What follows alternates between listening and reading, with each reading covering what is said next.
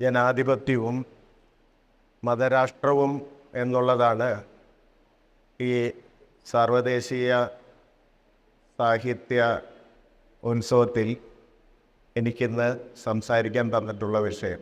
സ്വാഭാവികമായി അതിൻ്റെ ഒരു പ്രാധാന്യത്തെക്കുറിച്ച് നിങ്ങളോട് വ്യക്തമാക്കേണ്ട കാര്യമില്ല.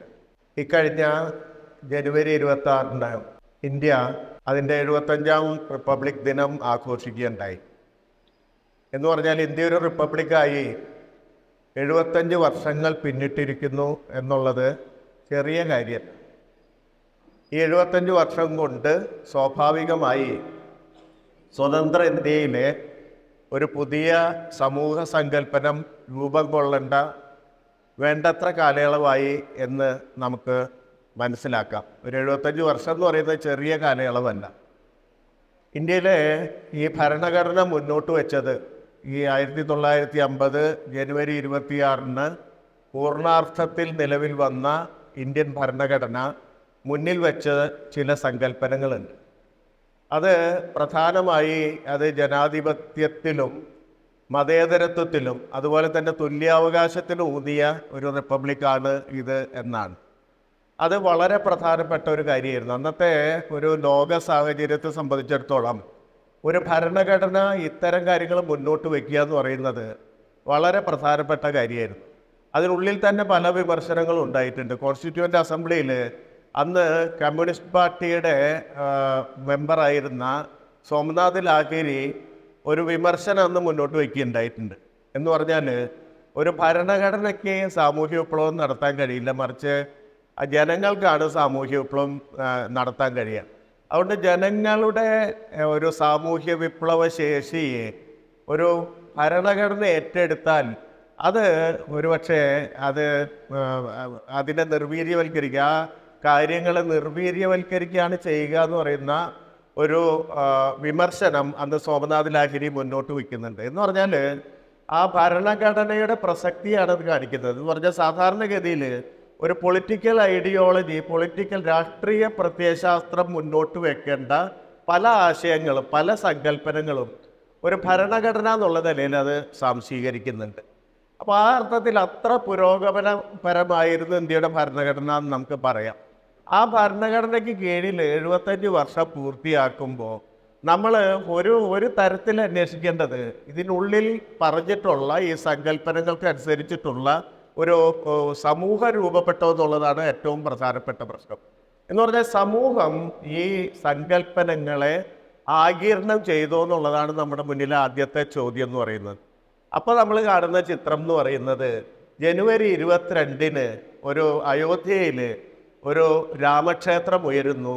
ആ രാമക്ഷേത്രത്തിൻ്റെ പടികൾ കയറി ഒരു മൂന്നാംകട സിനിമയിൽ ഈ പറയുന്ന ഒരു രാജാവിനെ പോലെ ഇന്ത്യയിലെ പ്രധാനമന്ത്രി അത് കയറിപ്പോകുന്ന ദൃശ്യമാണ് ഈ 75-ാം വർഷത്തിൽ ഈ പറയുന്ന ഡെമോക്രസിയും മതേതരത്വവും അതുപോലെ തന്നെ തുല്യാവകാശമൊക്കെ പ്രദാനം ചെയ്യുന്ന ഒരു റിപ്പബ്ലിക്കിൻ്റെ 75-ാം വർഷത്തിൽ നാം കാണുന്ന അല്ലെങ്കിൽ ഒരു സമൂഹം ഏറ്റവും കൂടുതൽ കാണുന്ന ഒരു ദൃശ്യം അതാണ്. ഇത് തന്നെ നമ്മുടെ ഒരു ചരിത്രത്തെ കാണിക്കുന്നുണ്ട്, നമ്മുടെ രാജ്യം എവിടെ നിൽക്കുന്നു എന്നുള്ളതിനെ കാണിക്കുന്നുണ്ട്. ഇന്ത്യയിലെ ഭരണഘടന ഉണ്ടാകുമ്പോൾ ആ സമയത്ത് സ്വതന്ത്രമായ ഒരുപാട് രാജ്യങ്ങളുണ്ട്. ഉദാഹരണമായിട്ട് ഘാന ആ സമയത്താണ് സ്വതന്ത്രമാവുന്നത്. ആഫ്രിക്കയിലെ ഘാന എന്ന് പറയുന്ന രാജ്യം അപ്പോഴാണ് സ്വതന്ത്രമാവുന്നത്. കെനിയ ആ സമയത്താണ് സ്വതന്ത്രമാവുന്നത്. അതുപോലെ തന്നെ ഏഷ്യയിലെ പല രാജ്യങ്ങളും, സിലോൺ നമ്മുടെ തൊട്ടടുത്ത് കിടക്കുന്ന ശ്രീലങ്ക ആ സമയത്താണ് സ്വതന്ത്രമാവുന്നത്. അല്ലെങ്കിൽ മലേഷ്യ ആ സമയത്താണ് സ്വതന്ത്രമാവുന്നത്. ഇതെല്ലാം തന്നെ ബ്രിട്ടീഷ് ഭരണത്തിന് കീഴിൽ നിന്നാണ് സ്വാതന്ത്ര്യം നേടുന്നത്. ഘാന ആയിക്കൊള്ളട്ടെ, കെനിയ ആയിക്കൊള്ളട്ടെ, സിലോൺ ആയിക്കൊള്ളട്ടെ, മലേഷ്യ ആയിക്കൊള്ളട്ടെ, ഇന്ത്യയെ പോലെ തന്നെ ബ്രിട്ടീഷ് ആധിപത്യത്തിന് കീഴിലായിരുന്ന രാഷ്ട്രങ്ങളായിരുന്നു. ഇതിൽ ഇവയുടെയൊക്കെ ചരിത്രം നോക്കിക്കഴിഞ്ഞാൽ വളരെ രസകരമായ ഒരു കാര്യം കാണാൻ കഴിയും. ഈ രാജ്യങ്ങൾ, ഈ ബ്രിട്ടീഷുകാർ ആ രാജ്യങ്ങൾ വിട്ടുപോകുമ്പോൾ അവരോട് ആവശ്യപ്പെടുകയാണ് ഞങ്ങൾക്കൊരു ഭരണഘടന ഉണ്ടാക്കി തരാൻ. എന്ന് പറഞ്ഞാൽ ഇത്രയും കാലം തങ്ങളെ ഭരിച്ച, തങ്ങൾ ആർക്കെതിരെയാണോ സമരം ചെയ്തത് ആ ചൂഷകരോട് തന്നെയാണ് ആവശ്യപ്പെടുന്നത്, ഞങ്ങൾക്കൊരു ഭരണഘടന ഉണ്ടാക്കി തന്നിട്ട് പോകണം. ഞങ്ങൾ ഇതുവരെ സമരം ചെയ്തിട്ടേ ഞങ്ങൾക്ക് പരിചയമുള്ളൂ, ഭരിച്ച് പരിചയമില്ല. അതുകൊണ്ട് ഭരിച്ച് പരിചയമുള്ള നിങ്ങൾ ഞങ്ങൾക്കൊരു ഭരണഘടന ഉണ്ടാക്കി തരണം എന്നാവശ്യപ്പെടുകയാണ്. അങ്ങനെ ഇംഗ്ലീഷുകാരാണ്, ബ്രിട്ടീഷുകാരാണ് ഈ രാജ്യങ്ങൾക്കൊക്കെ ആദ്യത്തെ ഭരണഘടന ഉണ്ടാക്കി കൊടുക്കുന്നത്. ഇനി അതേപോലെ തന്നെ ചില പ്രധാനപ്പെട്ട രാജ്യങ്ങളാണ്. ഒന്ന് പാകിസ്ഥാൻ ഉണ്ടാവുന്നുണ്ട്, ഇന്ത്യക്കൊപ്പം തന്നെ. ഈ 47 പാകിസ്ഥാൻ ഉണ്ടാവുന്നുണ്ട്, 48 ഇസ്രായേൽ ഉണ്ടാവുന്നുണ്ട്. ഈ രണ്ട് രാഷ്ട്രങ്ങളുടെയും പ്രത്യേകത ഇത് രണ്ടും മതാധിഷ്ഠിത രാജ്യങ്ങളാണെന്നുള്ളതാണ്. ഇസ്ലാമിക രാജ്യമായിട്ടാണ് പാകിസ്ഥാൻ ജനിക്കുന്നത്. അതുപോലെ തന്നെ ജൂതരുടെ രാഷ്ട്രമായിട്ടാണ് ഇസ്രായേലിനെ കൺസീവ് ചെയ്യുന്നത്. ഈ രണ്ട് രാഷ്ട്രങ്ങളിലും നമ്മൾ വിചാരിക്കും ഭരണഘടന എളുപ്പത്തിൽ ഉണ്ടാക്കുക. കാരണം എന്താണ്? മതതത്വങ്ങൾ നേരെ കയറ്റി വെച്ചാൽ മതി, ഭരണഘടനയിലേക്ക് കയറ്റി വെച്ചാൽ മതി, വളരെ എളുപ്പത്തിൽ ഭരണഘടന ഉണ്ടാക്കാം എന്നാണ് നമ്മൾ നോക്കുമ്പോൾ വിചാരിക്കുക. പക്ഷേ പാകിസ്ഥാനിലും ഇസ്രായേലിലും കോൺസ്റ്റിറ്റ്യൂവൻ്റ് അസംബ്ലി, ഈ ഭരണഘടന നിർമ്മിക്കാനുള്ള ഈ നിയമനിർമ്മാണ സഭ പലവട്ടം പിരിഞ്ഞു പോവുകയാണ് ഉണ്ടായത്. അവർക്കൊരു കൺസെൻസസിലെത്താൻ, ഒരു സമ്മതിയിലെത്താൻ കഴിഞ്ഞില്ല. പകരം ഈ കോൺസ്റ്റിറ്റ്യൂവൻസ് അസംബ്ലി തന്നെ പിരിച്ചുവിടുകയാണ് ഉണ്ടായത്. അപ്പം അങ്ങനെ നോക്കുമ്പോഴാണ് ഇന്ത്യൻ ഭരണഘടനയുടെ പ്രത്യേകത നമുക്ക് മനസ്സിലാവുക. ഈ രാഷ്ട്രങ്ങളൊക്കെ തന്നെ ഇന്ത്യയെപ്പോലെ ഒരു സങ്കീർണമായ സമൂഹത്തെ ഉൾക്കൊള്ളുന്ന രാഷ്ട്രങ്ങളും അല്ല എന്നുള്ളതും നമ്മൾ മനസ്സിലാക്കണം. കാരണം ഇന്ത്യയിൽ ഒരു 500 കിലോമീറ്റർ നമ്മൾ സഞ്ചരിച്ചു കഴിഞ്ഞാൽ, ഏതെങ്കിലും വഴിയിൽ സഞ്ചരിച്ചു കഴിഞ്ഞാൽ ഭാഷ മാറും, വേഷം മാറും, ഭക്ഷണം മാറും, ആരാധനാ രീതി മാറും. അങ്ങനെ ബഹുസ്വരത നിലനിൽക്കുന്ന ഒരു പ്ലൂറലിസ്റ്റിക് സൊസൈറ്റി എന്ന് വിളിക്കാവുന്ന ഒരു സമൂഹ ഘടനയാണ് ഇന്ത്യക്കുള്ളത്. അതിനുള്ളിൽ ഈ വിവിധ ജനവിഭാഗങ്ങളെ പ്രതിനിധീകരിക്കുന്ന മനുഷ്യർ കൂടിയിരുന്ന് ഏതാണ്ട് 2 വർഷം 11 മാസം സമയമെടുത്തിട്ട് ഒരു ഭരണഘടന ഉണ്ടാക്കി. ആ ഭരണഘടന ഈ പറഞ്ഞ പോലെ ഒരു പക്ഷേ ലോകത്ത് അതുവരെ ഉണ്ടായിട്ടുള്ള ഏറ്റവും നല്ല ഭരണഘടനയെ അല്ലെങ്കിൽ സങ്കല്പനത്തെ ഉൾക്കൊള്ളുന്ന ഒന്നായിരുന്നു എന്നുള്ളതും വളരെ പ്രധാനപ്പെട്ട കാര്യം ആയി നമ്മൾ മനസ്സിലാക്കണം. എന്ന് പറഞ്ഞാൽ ഈ ഭരണഘടനയാണ് യഥാർത്ഥത്തിൽ ഇന്ത്യയുടെ സ്വഭാവത്തെ നിർണ്ണയിക്കുന്ന, സ്വതന്ത്ര ഇന്ത്യയെ സ്വഭാവത്തെ നിർണ്ണയിക്കുന്ന ആദ്യത്തെ ഒരു രേഖ എന്ന് പറയുന്നത്. ആ ഭരണഘടനയിൽ നോക്കിക്കഴിഞ്ഞാൽ അറിയാം, അത് ഇന്ത്യയിലെ ഈ ബഹുസ്വര സ്വഭാവത്തെ പരമാവധി ഉൾക്കൊള്ളാൻ ശ്രമിച്ചിട്ടുണ്ട്. എന്ന് പറഞ്ഞാൽ ഒരിക്കലും ഒരു മതാധിഷ്ഠിത രാജ്യമായി ഇന്ത്യ മാറുന്നതിൻ്റെ അങ്ങനെ ഒരു വിദൂര ഭാവി സാധ്യത പോലും തടയത്തക്ക വിധത്തിലാണ് അതിൻ്റെ നിർമ്മാണം നടന്നിട്ടുള്ളത്. ഇപ്പോൾ ആളുകൾ പറയുന്നുണ്ട് സെക്യുലറിസം എന്ന് പറയുന്ന പദം അന്ന് ഉണ്ടായിരുന്നില്ല, പിൽക്കാലത്ത് ഇന്ദിരാഗാന്ധി കൂട്ടിച്ചേർത്തതാണ് എന്നൊക്കെ ഇപ്പോൾ വളരെ സജീവമായിട്ട് ചർച്ചയിൽ വരുന്നുണ്ട്. 77 ആണ് ഇന്ദിരാഗാന്ധി ഈ ഡെമോക്രസിയുടെ കൂടെ സെക്യുലറിസം എന്ന് പറയുന്ന ഒരു പദം കൂട്ടിച്ചേർത്തത് എന്നുള്ളതൊക്കെ ഇപ്പോൾ വാദത്തിന് വേണ്ടി ആളുകൾ പറയുന്നുണ്ട്. പക്ഷെ അങ്ങനെയൊന്നും അല്ല യഥാർത്ഥത്തിൽ ഈ കോൺസ്റ്റിറ്റ്യൂവൻ്റ് അസംബ്ലിയുടെ ചർച്ചയിൽ പ്രധാനപ്പെട്ട ഒരു കാര്യം സെക്യുലറിസം തന്നെയായിരുന്നു. സെക്യുലറിസവും അന്ന് ഉൾപ്പെടുത്താതെ പോയതിൻ്റെ ഒരു പ്രധാനപ്പെട്ട കാര്യം, രാഷ്ട്രത്തിന് ഇന്ത്യയിലെ മതങ്ങളിൽ ഇടപെടേണ്ട ചില സാഹചര്യങ്ങൾ അന്നുണ്ടായിരുന്നു. എന്ന് പറഞ്ഞാൽ ഇപ്പോൾ ഹിന്ദു കോഡ് ബിൽ പോലെയുള്ള പല കാര്യങ്ങൾ എന്ന് പറഞ്ഞാൽ ഇന്ത്യയിലെ ജനങ്ങളെ ആധുനികീകരിക്കുന്നതിന്, ആ മതത്തിൻ്റെ ഉള്ളിൽ ഒരു ആധുനികീകരണം നടത്തുന്നതിന്, ഏത് മതമായിക്കൊള്ളട്ടെ അതിൻ്റെ ഉള്ളിൽ ഒരു ആധുനികവൽക്കരണം നടത്തുന്നതിന് രാഷ്ട്രത്തിന് ഒരു സൊസൈറ്റിക്ക് അല്ലെങ്കിൽ ഒരു സ്റ്റേറ്റിന് ഇടപെടേണ്ടി വരുമെന്ന് പറയുന്ന ചില സാധ്യതകൾ മുന്നിൽ കണ്ടുകൊണ്ടാണ് അന്ന് ഈ പറയുന്ന സെക്യുലറിസം എന്ന് പറയുന്ന പദം ഉപയോഗിക്കാതെ മാറ്റിവെച്ചത്. പക്ഷെ അതിൻ്റെ ഒരു അണ്ടർകറൻ്റായിട്ട്, അന്തർലീനമായിട്ട് ഈ സെക്യുലറിസം എന്ന പദം അവിടെ തന്നെ ഉണ്ടായിരുന്നു. ആ സങ്കല്പനം ഈ പറയുന്ന ഭരണഘടനയുടെ നിർമ്മാണത്തിൽ വലിയ പങ്ക് വഹിച്ചിട്ടുണ്ട്. അപ്പോൾ ഈ പറയുന്ന ഒരു ഭരണഘടന ഉണ്ടാവാൻ കാരണം ഇന്ത്യയിൽ ഒരു മതാധിഷ്ഠിത രാജ്യത്തിന് വേണ്ടിയുള്ള ശ്രമം അക്കാലത്ത് തന്നെ സജീവമായിരുന്നു എന്നുള്ളതാണ്.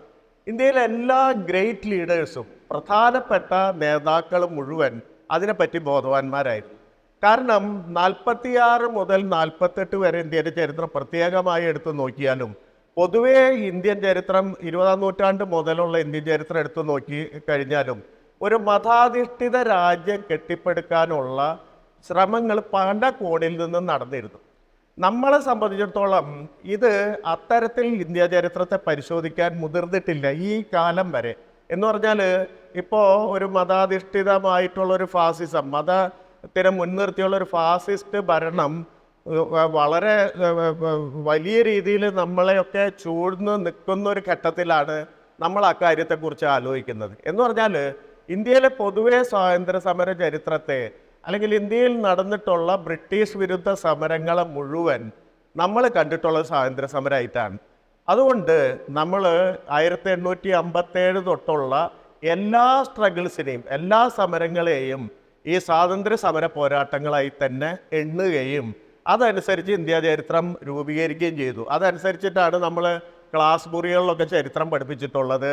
അല്ലെങ്കിൽ ഈ ഒഫീഷ്യലായിട്ടുള്ള ഒരു ചരിത്ര നിർമ്മാണം എന്ന് പറയുന്നത് മുഴുവൻ അതിനെ ആസ്പദമാക്കിയിട്ടുള്ളതായിരുന്നു. എന്ന് പറഞ്ഞാൽ ബ്രിട്ടീഷുകാർക്കെതിരെ നിന്നോ ആര് നിന്നോ അവരൊക്കെ തന്നെ സ്വാതന്ത്ര്യ സമര പോരാളികളാണ് എന്ന ഒരു രീതിയിലാണ് നമ്മൾ ആ ചരിത്രത്തെ ചരിത്ര ദർശനം മുന്നോട്ട് വെച്ചിട്ടുള്ളത് ഇന്ത്യൻ സ്റ്റേറ്റ്. പക്ഷെ ഇന്ന് നമുക്ക് തിരിഞ്ഞു നോക്കി കഴിഞ്ഞാൽ അറിയാം, ഈ മൂടും കാർമുകിലിൻ്റെ അടിയിൽ നിന്ന് ഈ കുമാരനാശാൻ പറഞ്ഞ പോലെ കാല തിമിരം തരുന്ന പ്രദാനം ചെയ്യുന്ന ഒരു സ്ഥിതിവിശേഷത്തിൽ നിന്ന് നോക്കുമ്പോൾ നമുക്ക് മനസ്സിലാവും പല ബ്രിട്ടീഷ് വിരുദ്ധ പോരാട്ടങ്ങളും ഒരു മതാധിഷ്ഠിത രാജ്യത്തിന് വേണ്ടിയുള്ള ശ്രമങ്ങളായിരുന്നു എന്നുള്ളത് വളരെ വ്യക്തമായിട്ട് നമുക്ക് മനസ്സിലാവും. ഉദാഹരണമായിട്ട് ഈ മറാത്ത എന്ന് പറയുന്ന മഹാരാഷ്ട്ര ബോംബെ പ്രൊവിൻസിൽ പെടുന്ന സ്ഥലങ്ങളിൽ നിന്ന് ആണ് പ്രധാനമായിട്ട് ആദ്യത്തെ ഒരു സ്വാതന്ത്ര്യ സമര പ്രസ്ഥാനങ്ങൾ ഉണ്ടാവുന്നത്.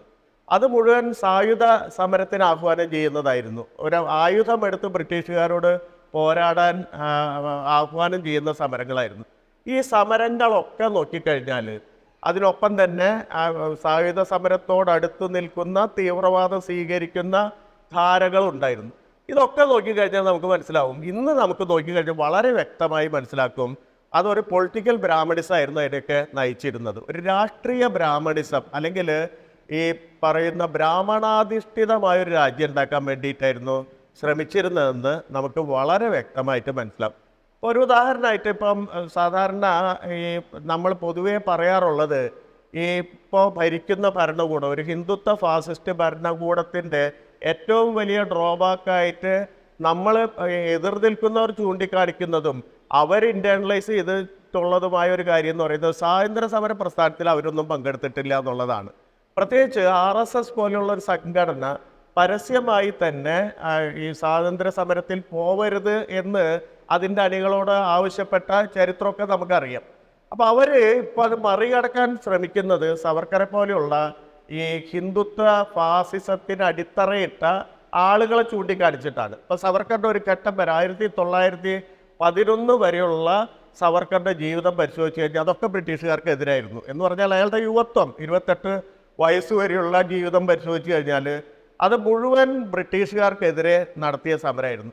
അപ്പോൾ അതുകൊണ്ട് സവർക്കർ സ്വാതന്ത്ര്യ സമര സേനാനിയാണോ അല്ലയോ എന്ന ചോദ്യം നമുക്ക് ഇട്ട് തന്നാൽ നമ്മളവിടെ പകച്ചു നിൽക്കും. എന്ന് പറഞ്ഞാൽ നമ്മളുടെ ഉള്ളിലെ ഒരു വലിയ ധാരണ, ഉറച്ച ധാരണ എന്ന് പറഞ്ഞാൽ ബ്രിട്ടീഷുകാർക്കെതിരെ നടത്തിയ എല്ലാ സമരവും സ്വാതന്ത്ര്യ സമര പ്രവർത്തനങ്ങളാണ് എന്നുള്ളതാണ്. അതിൽ തെറ്റൊന്നുമില്ല. അതൊരു ജനാധിപത്യ ഭരണം പോയിക്കൊണ്ടിരിക്കുന്ന സമയത്ത് അങ്ങനെ സ്വാതന്ത്ര്യ സമരത്തെ കാണുന്നതിൽ തെറ്റില്ല. പക്ഷെ ഇന്ന് ഈ പറയുന്ന തരത്തിൽ നമ്മളൊരു ഭീഷണിക്ക് മുമ്പിൽ നിൽക്കുമ്പോൾ നമ്മുടെ ചരിത്രത്തെ കുറച്ചുകൂടി നമ്മൾ ഇടപിരിച്ച് കാണേണ്ടത് അത്യാവശ്യമാണ്. അങ്ങനെ നോക്കുമ്പോൾ നമുക്ക് മനസ്സിലാവും ഈ 1911 വരെ ഇന്ത്യയുടെ പല ഭാഗങ്ങളിൽ നടന്നിട്ടുള്ള അല്ലെങ്കിൽ പ്രത്യേകിച്ച് മറാത്ത പ്രവിശ്യയിൽ നടന്നിട്ടുള്ള എല്ലാ സമരങ്ങളും ബ്രാഹ്മണാധിഷ്ഠിത സമരങ്ങളായിരുന്നു. ബ്രിട്ടീഷുകാർക്കെതിരെ നടന്നിട്ടില്ല. എൻ്റെ പ്രധാനപ്പെട്ട കാര്യം ബ്രിട്ടീഷുകാർ വന്നതോടുകൂടി, വിദേശികൾ ഇന്ത്യയിൽ വന്നതോടുകൂടി ബ്രാഹ്മണരുടെ ഒരു സാമൂഹ്യ മേൽക്കോയ്മ നഷ്ടപ്പെടുന്നു. ബ്രാഹ്മണർക്ക് എല്ലാ സ്ഥലത്തും സാമൂഹ്യ മേൽക്കോയ്മ ഉണ്ടായിരുന്നു. ഇപ്പോൾ അന്നത്തെ ഇന്ത്യ എന്ന് പറഞ്ഞാൽ നിങ്ങൾക്ക് അറിയാം, അത് ബ്രിട്ടീഷുകാർ ഭരിക്കുന്ന കുറേ പ്രദേശങ്ങളുണ്ട്, ഹിന്ദു രാജാക്കന്മാർ ഭരിക്കുന്ന നാട്ടുരാജ്യങ്ങളുണ്ട്, മുസ്ലിം രാജാക്കന്മാർ ഭരിക്കുന്ന നാട്ടുരാജ്യങ്ങളുണ്ട്. ഏതാണ്ട് ഒരു ഘടന അങ്ങനെയായിരുന്നു. 10-600ഓളം നാട്ടുരാജ്യങ്ങൾ ബ്രിട്ടീഷുകാർ ഭരിക്കുന്ന വലിയ പ്രവിശ്യ. ഇവിടെ എല്ലായിടത്തും ബ്രാഹ്മണർക്ക് സാമൂഹ്യ മേൽക്കോയ്മ കിട്ടിയിരുന്നു. അതിൽ വലിയ ഇടിവൊന്നും വന്നിട്ടില്ല.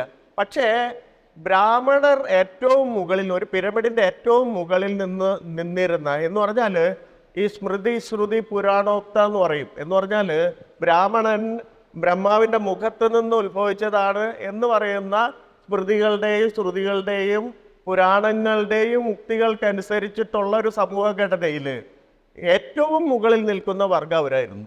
അപ്പോഴാണ് ബ്രിട്ടീഷുകാർ വരുന്നത്, വൈദേശികർ വരുന്നത്. വിദേശികൾ വരുമ്പോൾ സ്വാഭാവികമായിട്ട് പുതിയൊരു വർഗം വരികയാണ്. എന്ന് പറഞ്ഞാൽ പിരമിഡിൻ്റെ ഏറ്റവും മുകളിൽ മറ്റൊരു വംശം വരികയാണ്, മറ്റൊരു വിഭാഗം വരികയാണ്. അതുകൊണ്ട് ഈ തരത്തിൽ തങ്ങളുടെ മേൽക്കോയ്മ പോയപ്പോൾ ഒരു വലിയ സ്ട്രഗിള് സ്വാഭാവികമായിട്ട് ഈ മേൽക്കോയ്മയ്ക്ക് വേണ്ടിയിട്ട് നടക്കുന്നുണ്ട്. മാത്രമല്ല ബ്രിട്ടീഷുകാർ ഇവിടെ വരുമ്പോൾ വിദ്യാഭ്യാസം കൊണ്ടുവരുന്നുണ്ട്, വിദ്യാഭ്യാസം സാർവത്രികമാക്കാൻ ശ്രമിക്കുന്നുണ്ട്. ഈ വിദ്യാഭ്യാസം സാർവത്രികമാക്കാൻ ശ്രമിക്കുമ്പോൾ അത് ഇന്ത്യക്കാരെ ഉദ്ധരിക്കാനൊന്നുമല്ലാന്ന് നമുക്കറിയാം. മറിച്ച് ബ്രിട്ടീഷ് ഭരണം സുഗമമാക്കുന്നതിന്, പ്രത്യേകിച്ച് 1857 ആദ്യത്തെ സ്വാതന്ത്ര്യ സമരത്തിന് ശേഷം ബ്രിട്ടീഷുകാർ ഒരു കാര്യം മനസ്സിലാക്കുന്നത്, നാട്ടുകാരുടെ ഒരു തരത്തിലുള്ള പിന്തുണയില്ലാതെ ഭരണം നിലനിൽക്കില്ല, ഭരണം വളരെ ആയാസരഹിതമായി മുന്നോട്ട് കൊണ്ടുപോയില്ല എന്ന് മനസ്സിലാക്കുന്നുണ്ട്. സ്വാഭാവികമായിട്ട് വിദ്യാഭ്യാസം വരുന്നു.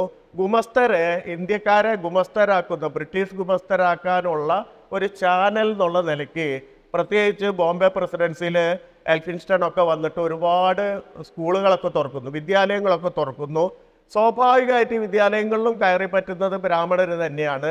അങ്ങനെ വിദ്യാഭ്യാസം എന്ന് പറയുന്നത് വലിയ തരത്തിൽ മാറ്റം ഉണ്ടാക്കുന്നു. അവരുദ്ദേശിച്ചതല്ല, ബ്രിട്ടീഷുകാർ ഗുമസ്തരെ സൃഷ്ടിക്കാനാണ് ഈ വിദ്യാഭ്യാസ സമ്പ്രദായം കൊണ്ടുവന്നതെങ്കിലും വിദ്യാഭ്യാസം എന്ന് പറയുന്നത് ആദ്യം ബ്രാഹ്മണർക്കാണ് സിദ്ധിച്ചിരുന്നെങ്കിലും പതുക്കെ അത് കിനിഞ്ഞിറങ്ങുകയും കീഴാളരുടെ ഇടയ്ക്കും വലിയ തരത്തിൽ ഈ ബ്രാഹ്മണാധിപത്യത്തെ, ജാതിഘടനയെ പൊളിക്കാനുള്ള ഒരു വലിയ ആയുധമാക്കി വിദ്യാഭ്യാസത്തിന് ഉപയോഗിക്കുകയും ചെയ്തു. എന്ന് പറഞ്ഞാൽ വലിയ സങ്കീർണമായൊരു സ്ഥിതിവിശേഷം ആ സമയത്ത് ഉണ്ടാകുന്നുണ്ട്. ബ്രിട്ടീഷുകാർ കൊളോണിയൽ ചൂഷകരാണ്, സംശയമൊന്നുമില്ല. മറ്റത് ബ്രാഹ്മണർ ഈ ജാതി വ്യവസ്ഥയെ ഉപയോഗിച്ചിട്ട് ചൂഷണം നടത്തിയിരുന്നവരാണ്, നൂറ്റാണ്ടുകളായി ചൂഷണം നടത്തിയിരുന്നവരാണ്. അപ്പം ഇവർ തമ്മിലുള്ള ഒരു കിടമത്സരത്തിലേക്കാണ് ഇത് പോകുന്നത്. അതിൻ്റെ പ്രധാനപ്പെട്ട കാരണം ഈ ബ്രാഹ്മണരിൽ ഒരു വിഭാഗം തന്നെ വിദ്യാഭ്യാസം കിട്ടുമ്പോൾ ഈ ബ്രാഹ്മണ്യത്തിനെതിരാവുന്നുണ്ട്, ബ്രാഹ്മണിസത്തിനെതിരാവുന്നുണ്ട്.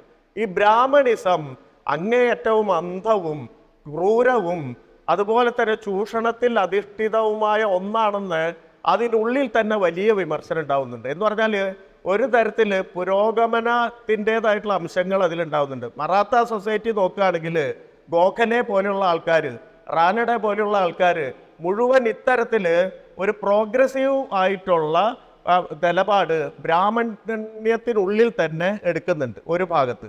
മറുഭാഗത്ത് കീഴാളർ, മഹാത്മാ പൂലെ പോലെയുള്ള ആളുകളുടെ നേതൃത്വത്തിൽ ഈ കീഴാളരുടേതായിട്ടുള്ള ബ്രാഹ്മണ വിരുദ്ധ പ്രക്ഷോഭങ്ങൾ ഉണ്ടാവുന്നുണ്ട്.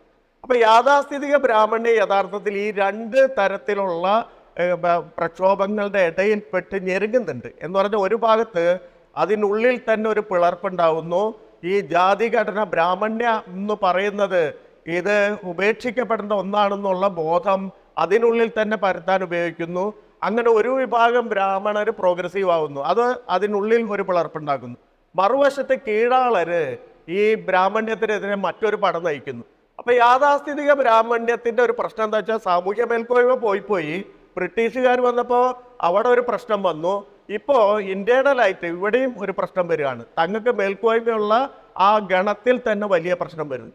അപ്പൊ ഇങ്ങനെ ഒരു അവസ്ഥയിലാണ് ഈ ബ്രിട്ടീഷുകാർക്കെതിരെ അവർ പടപൊരുതുന്നത്. പടപൊരുതുമ്പോൾ അവരുടെ മുന്നിൽ ഇപ്പം സ്വരാജ്യം എൻ്റെ ജന്മാവകാശമാണ്, സ്വാതന്ത്ര്യം എൻ്റെ ജന്മാവകാശമാണ് എന്നൊക്കെ പറയുന്ന വാചകങ്ങളിൽ ഈ സ്വരാജ്യം എന്ന് പറയുന്നത്, പ്രത്യേകിച്ച് തിലകിനെ പോലുള്ള ആളുകൾ പറയുമ്പോൾ ഈ സ്വരാജ്യം എന്ന് പറയുന്നത് ഒരു ആധുനികമായ ഒരു ഇന്ത്യൻ റിപ്പബ്ലിക് അല്ല. അത് പ്രധാനമായിട്ട് നമ്മൾ മനസ്സിലാക്കണം.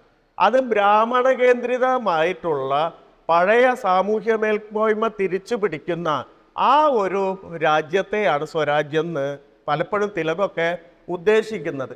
അപ്പം അതുകൊണ്ട് ഈ സ്വരാജ്യം എന്ന് പറയുന്ന ഒരു പരികൽപ്പന വെച്ച് ബ്രിട്ടീഷുകാർക്കെതിരെ സമരം ചെയ്യുമ്പോൾ ബ്രിട്ടീഷുകാർ ഞങ്ങളെ തോൽപ്പിച്ചതുകൊണ്ട് അവർക്ക് അധികാരം കിട്ടി, തിരിച്ച് അവരെ തോൽപ്പിച്ചു കഴിഞ്ഞാൽ ബ്രാഹ്മണാധികാരം സംജാതമാവും എന്ന് പറയുന്ന ഒറ്റ കാര്യം വെച്ചിട്ടാണ് ഇവർ പടപൊരുതുന്നത്. അപ്പം ഇതാണ് 1911 വരെ സവർക്കറും ചെയ്യുന്നത്. സവർക്കർ ഈ പടയ്ക്ക് പോകുന്നത് അത് വിവിധ തരത്തിലുള്ള ഇപ്പം ജീവചരിത്ര ഗ്രന്ഥങ്ങളൊക്കെ ധാരാളം വരുന്നുണ്ട്. ഒരു പുതിയ സവർക്കർ നിർമ്മിതി ഇങ്ങനെ നടന്നുകൊണ്ടിരിക്കുന്നുണ്ട്. സവർക്കർ തന്നെ തൻ്റെ ജീവചരിത്രം കളപ്പേരിലും എഴുതിയിട്ടുണ്ട്, സ്വന്തം പേരിലും എഴുതിയിട്ടുണ്ട്. അങ്ങനെ പലതരത്തിലുള്ള ജീവചരിത്രങ്ങളൊക്കെ വരുന്നുണ്ട്. ഇതിലൊക്കെ പൊതുവായിട്ടുള്ള ഒരു കാര്യം എന്ന് പറയുന്നത്, സവർക്കർ ബ്രിട്ടീഷുകാർക്കെതിരെ പടപൊരുതാൻ തീരുമാനിക്കുന്നത് സ്വന്തം കുടുംബക്ഷേത്രത്തിൽ അഷ്ടഭുജ ലക്ഷ്മി എന്ന് പറയുന്ന ഒരു ഹിന്ദു ഡെയിറ്റിക്ക് മുമ്പിൽ, ഒരു ഹിന്ദു വിഗ്രഹത്തിന് മുമ്പിൽ സത്യപ്രതിജ്ഞ ചെയ്തിട്ടാണ് സമരത്തിന് പോകുന്നത്. എന്ന് പറഞ്ഞാൽ അത് തന്നെ അതിൽ നിന്ന് തന്നെ വളരെ സുവിദിതമാണ്. ഇത് ബ്രാഹ്മണാധികാരത്തിന് വേണ്ടിയുള്ള സമരമാണ്. അഷ്ടഭുജ ഭവാനിക്ക് മുന്നിൽ സത്യപ്രതിജ്ഞ ചെയ്യുമ്പോൾ ശത്രു മാർത്ത എന്നാണ് പറയുന്നത്. ശത്രുവിനെ കൊന്ന് തള്ളും വരെ ഞാൻ പടപൊരുതെന്ന് പറഞ്ഞിട്ടാണ് ഈ സമരത്തിലേക്ക് അദ്ദേഹം പോകുന്നത്. അങ്ങനെയാണ് ആദ്യത്തെ ഈ ബ്രാഹ്മണ പ്രസ്ഥാനങ്ങളൊക്കെ ഉണ്ടാക്കുന്നത്. ബ്രാഹ്മണ രഹസ്യ പ്രസ്ഥാനങ്ങൾ, മിത്രമേള എന്ന് പറയുന്ന ഒരു പ്രസ്ഥാനം 1900 ഉണ്ടാക്കുന്നുണ്ട്. 1904 അഭിനവ് ഭാരത് എന്ന് പറഞ്ഞ് അതിനെ മാറ്റുന്നുണ്ട്, പുതിയൊരു പ്രസ്ഥാനമാക്കി മാറ്റുന്നുണ്ട്. ഈ അഭിനവ് ഭാരതാണ് യഥാർത്ഥത്തിൽ ബ്രിട്ടീഷുകാർക്കെതിരെ ആക്ഷനുകൾ നടത്തുന്നത്. നാസിക് ജില്ലാ കളക്ടറെ കൊല്ലുന്നുണ്ട് ഈ 1909.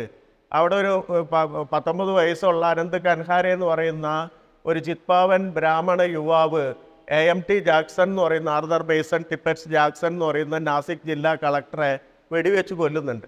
ആ വെടിവെച്ച് കൊന്നിട്ട് ഇയാളെ പിടിക്കും, ഇയാളെ തൂക്കിലേറ്റും. അതിൻ്റെ ഗൂഢാലോചന അന്വേഷിക്കുമ്പോഴാണ് സവർക്കർ പോലീസ് പിടിയിലാവുന്നത്, ബ്രിട്ടീഷ് പിടിയിലാവുന്നത്. സവർക്കർ അന്ന് അവിടെ ഇല്ല, ലണ്ടനിലാണ്, ബാരിസ്റ്റർഷിപ്പ് പഠിക്കാൻ പോയിരിക്കുകയാണ്.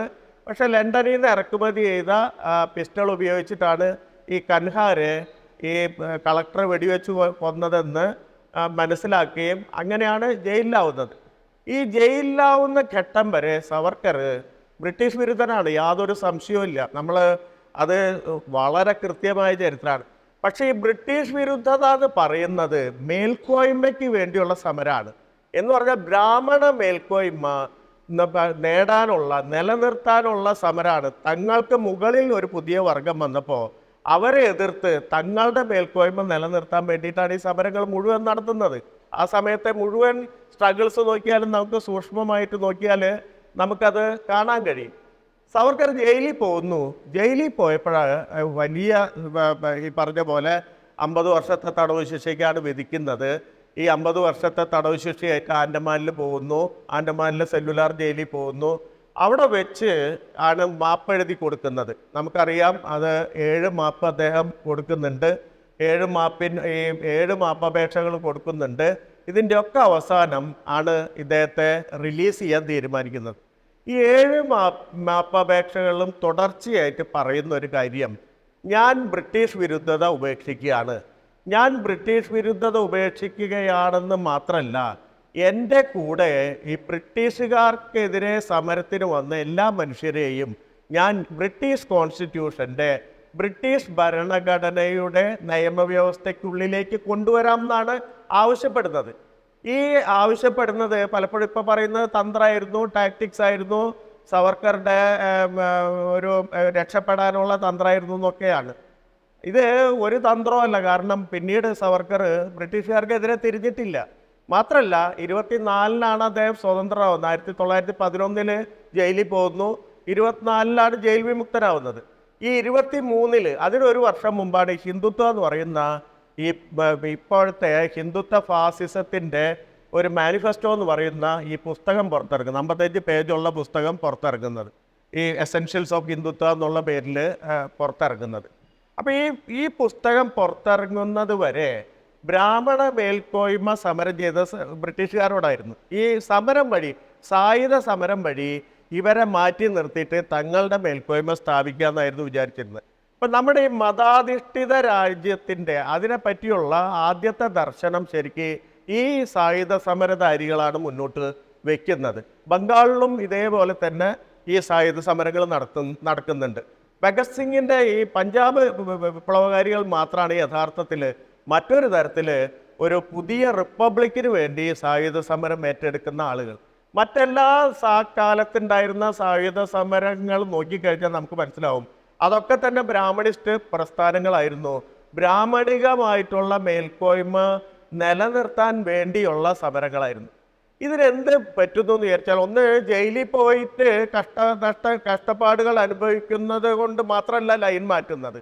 ബ്രിട്ടീഷ് അനുകൂലികളായി മാറുന്നതിൻ്റെ പ്രധാനപ്പെട്ട കാര്യം, അതുവരെ സ്വാതന്ത്ര്യ സമരത്തിൻ്റെ ഈ തലപ്പത്ത് നിന്നിരുന്ന സ്വാതന്ത്ര്യ സമരം വിത്തിൻ കോട്സ്, നമ്മൾ നേരത്തെ പറഞ്ഞ ഈ ബ്രാഹ്മണരുടെ സമരത്തിന്റെ നേതൃത്വത്തിൽ നിന്നിരുന്ന മുഴുവൻ ബ്രാഹ്മണരായിരുന്നെങ്കിൽ ഇതിനിടയിൽ ഈ 11-നും ഈ പറയുന്ന 24-നും ഇടയ്ക്ക് ഗാന്ധിയുടെ രംഗപ്രവേശം ഉണ്ടാവുന്നു. ഗാന്ധി ദക്ഷിണാഫ്രിക്കയിൽ നിന്ന് വരുന്നു. ഗാന്ധിയുടെ രംഗപ്രവേശം ഈ ബ്രാഹ്മണ കേന്ദ്രിത സമരം എന്ന് പറയുന്ന ഒരു കാര്യത്തെ അപ്പാടെ മാറ്റിമറിക്കുകയാണ്. അത് പ്രധാനമായിട്ട് ഇന്ത്യൻ മുസ്ലിങ്ങളെ മുഴുവൻ സ്വാതന്ത്ര്യ സമരത്തിലേക്ക് കൊണ്ടുവരുന്നു. ഖിലാഫത്ത് പ്രസ്ഥാനമായിട്ട് യോജിച്ചുകൊണ്ട് ഇന്ത്യയിലെ പ്രധാനപ്പെട്ട ഒരു സമുദായമായ ഈ പറയുന്ന ഹിന്ദുക്കൾ കഴിഞ്ഞാൽ അടുത്ത ഒരു വലിയ സമുദായമായ മുസ്ലിങ്ങളെ മുഴുവൻ ഖിലാഫത്ത് പ്രസ്ഥാനത്തിന്റെ നേതാവായിട്ട് ഗാന്ധി സ്വയം അവരോധിക്കുന്നതിലൂടെ ഈ മുസ്ലിങ്ങളോട് ചേർന്ന് നിൽക്കുന്നതോടെ മുഴുവൻ മുസ്ലിങ്ങളും അവിടേക്ക് വരുന്നു. മാത്രമല്ല, ആ കാലത്ത് നമുക്ക് നോക്കിക്കഴിഞ്ഞാൽ അറിയാം, സ്വാതന്ത്ര്യ സമരത്തിന്റെ ആ കാലത്തെ ഒരു വലിയ പ്രത്യേകത എന്ന് പറഞ്ഞാൽ അതിൽ ആദിവാസികൾ തൊട്ട് തീരവാസികൾ വരെയുള്ള എല്ലാ ജനവിഭാഗങ്ങളിലും ഏതെങ്കിലും തരത്തിൽ ഈ സ്വാതന്ത്ര്യ സമരത്തിന്റെ സന്ദേശം എത്തുന്നുണ്ട്. എന്ന് പറഞ്ഞാൽ ഒരു ബ്രാഹ്മണാധിഷ്ഠിത സാമ്രാജ്യത്തിന് വേണ്ടിയുള്ള സമരം അത് മാറിയിട്ട് അത് സ്വതന്ത്ര ഇന്ത്യ എന്ന് പറയുന്ന ഒരു ബഹുസ്വര ഇന്ത്യക്ക് വേണ്ടിയുള്ള സമരമായിട്ട്, ഒരു ആധുനിക ഇന്ത്യക്ക് വേണ്ടിയുള്ള സമരമായിട്ട് സ്വാതന്ത്ര്യ സമരം അപ്പാടെ മാറുന്നുണ്ട്. അതുകൊണ്ട് കൂടിയിട്ടാണ് ഈ സവർക്കർ പ്രത്യേകിച്ച് ഈ ഹിന്ദുത്വം എന്ന് പറയുന്ന പുസ്തകം എഴുതുന്നത്. എന്ന് പറഞ്ഞാൽ ബ്രിട്ടീഷുകാരെ പേടിപ്പിച്ചിരുന്നത് ഈ പറയുന്ന ഇന്ത്യ പോലെയുള്ള ഒരു പ്ലൂരാലിറ്റി നിൽക്കുന്ന സ്ഥലത്ത്, ഒരു ബഹുസ്വരത നിൽക്കുന്ന സ്ഥലത്ത് ഇവരെല്ലാവരും കൂടി സംഘടിച്ച് ബ്രിട്ടീഷ് വിരുദ്ധരാകുമ്പോൾ അത് പിളർക്കുക എന്ന് പറയുന്നത് അത്യാവശ്യമായിരുന്നു. ബ്രിട്ടീഷുകാർ വിചാരിച്ചിട്ടേ ഇല്ല അങ്ങനെ ഒരു സംഗതി ഉണ്ടാവുന്നു. അത് സ്വാഭാവികമായിട്ട് ഗാന്ധിയെ പോലെയുള്ള ഒരാള് വലിയ തരത്തിൽ പ്രവർത്തിച്ച് അത് ഉണ്ടാക്കുന്നു. ഇതിനെ പിളർക്കണമെങ്കിൽ ഈ മുസ്ലിം ഹിന്ദു എന്ന് പറയുന്ന ഒരു വലിയ പിളർപ്പ് ഉണ്ടാവണം. ആ പിളർപ്പ് ഉണ്ടായാൽ മാത്രമേ മതാധിഷ്ഠിത രാജ്യത്തിന് പോലും നിലനിൽക്കാം, ആ സങ്കല്പനത്തിന് മുന്നോട്ട് പോകാൻ പറ്റുള്ളൂ.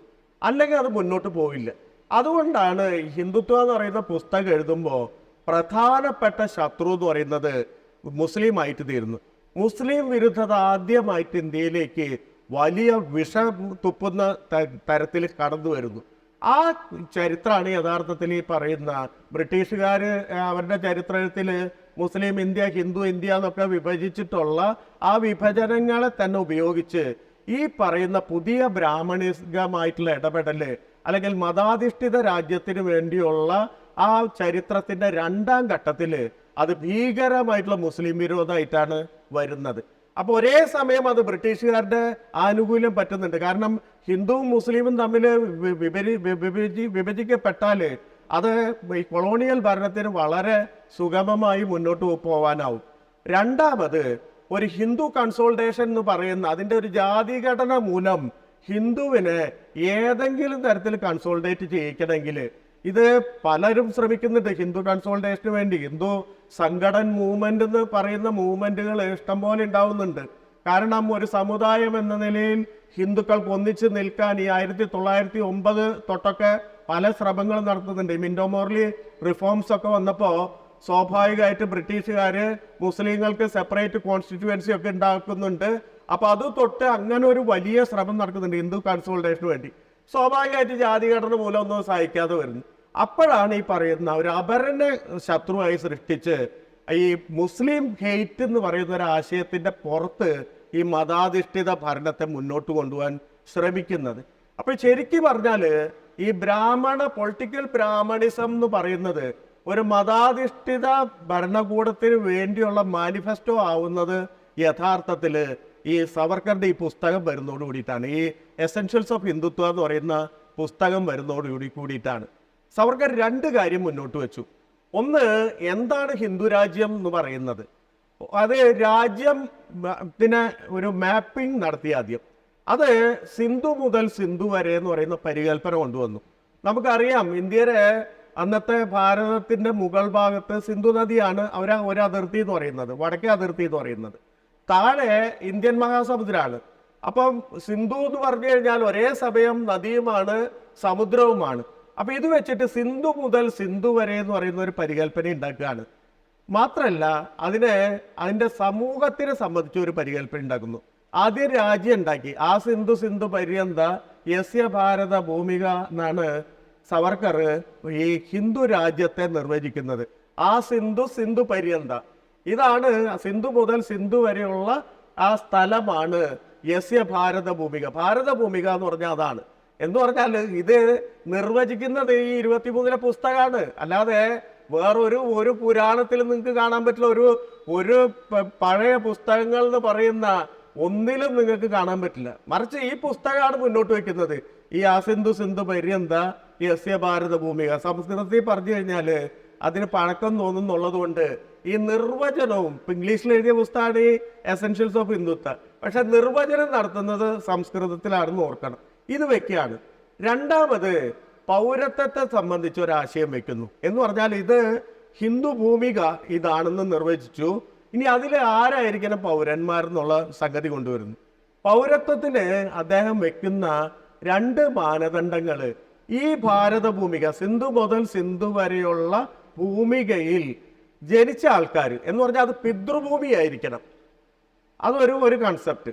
അത് ആ സമയത്ത് ഒരു സാധാരണ കൺസെപ്റ്റാണ്. പൗരത്വം ഏത് രാജ്യത്താണോ പൗരത്വം എന്നുള്ളത്, ഒന്നുകിൽ ഫാദർലാൻഡ് മദർലാൻഡ്, ഇങ്ങനെ 2 പദത്തിൽ നമുക്ക് പറയാം. എന്ന് പറഞ്ഞാൽ നമ്മുടെ ആൻസസ്റ്റേഴ്സ് അവിടെ ജീവിച്ചിരുന്നവരായിരിക്കണം. കുഴപ്പമില്ല, അത് ആധുനികമായിട്ടുള്ള പൗരത്വ സങ്കല്പത്തോട് ചേരുന്നതല്ലെങ്കിലും അന്നത്തെ പൗരസങ്കല്പത്തോട് ചേർന്ന് പോകുന്നതാണ്. അതിൽ കുഴപ്പമില്ല. രണ്ടാമതൊരു കണ്ടീഷൻ കൊണ്ടുവന്നു. രണ്ടാമത്തെ കണ്ടീഷൻ ഈ സ്ഥലം പുണ്യഭൂമിയായിരിക്കണം എന്ന് പറയുന്ന കണ്ടീഷൻ കൊണ്ടുവരികയാണ്.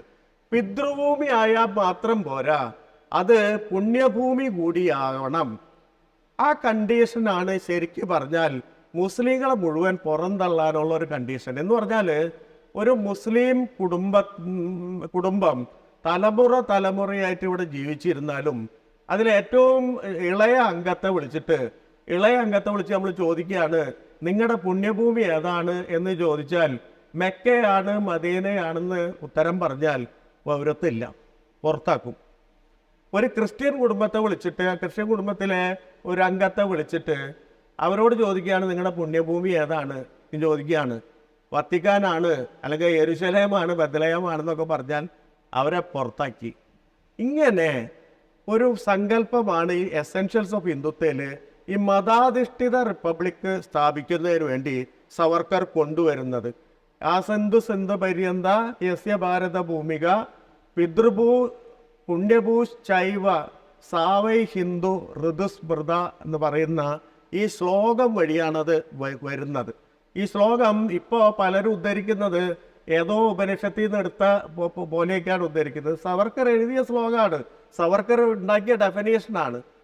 ഇത് ആ കാലത്ത് വലിയ തരത്തിൽ പ്രചരിപ്പിക്കപ്പെടുകയാണ്.